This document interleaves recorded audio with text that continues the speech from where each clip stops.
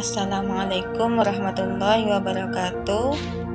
Halo semuanya, semoga senantiasa diberikan kesehatan, kebahagiaan, dan juga semangat belajar. Jumpa lagi dalam pembelajaran fikih kelas 7 semester 1. Adapun materi pokok yang akan kita bahas dalam pembelajaran kali ini tentang membentuk pemimpin yang optimis melalui berzikir dan berdoa setelah salat. Adapun poin-poin penting yang akan kita bahas dalam bab zikir dan doa ada 4. Yang pertama, ketentuan zikir dan doa. Yang kedua, manfaat zikir dan doa. Yang ketiga, manfaat zikir dan doa setelah sholat. Dan yang keempat, praktek berzikir dan berdoa setelah sholat. Ketentuan zikir dan doa.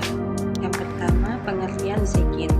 Kata zikir secara bahasa berasal dari akar kata zakara yadhkuru zikron, yang artinya mengingat Allah, baik yang dilakukan dengan perkataan, ucapan, maupun hati guna mendekatkan diri kepada Allah Subhanahu wa Ta'ala. Adapun tujuan zikir adalah untuk mendekatkan diri kepada Allah Subhanahu wa Ta'ala dengan membaca kalimat thayyibah seperti tahlil, tasbih, tahmid, dan sebagainya. Tata cara berzikir. Zikir dapat dilakukan di mana saja dan kapan saja, namun tidak boleh dilakukan di toilet atau tempat-tempat yang tidak suci. Zikir dapat dilakukan dengan cara zikir dengan lisan, zikir dengan perbuatan, dan zikir dengan hati. Tata cara berdoa. Adapun tata cara kita berdoa adalah sebagai berikut. Yang pertama, memulai berdoa dengan membaca basmalah. Yang kedua, mengangkat kedua tangan.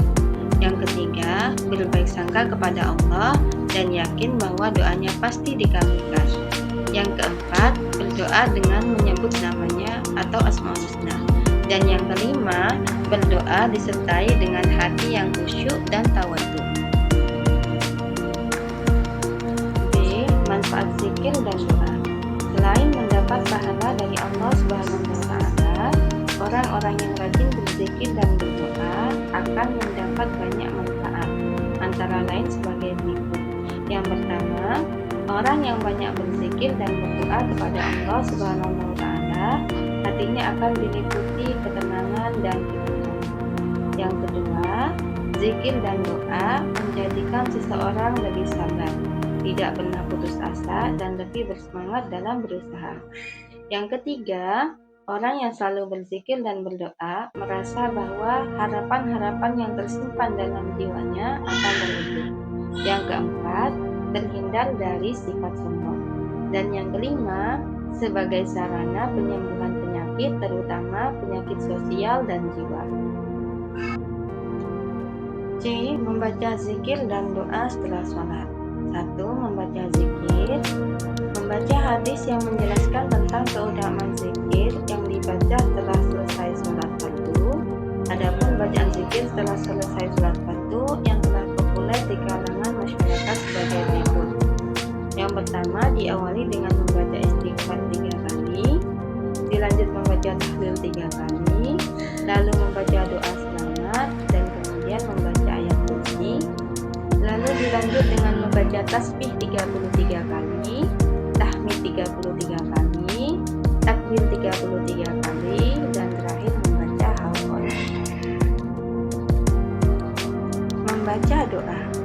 Selesai membaca zikir, dilanjutkan dengan berdoa sesuai dengan keinginan atau kebutuhan.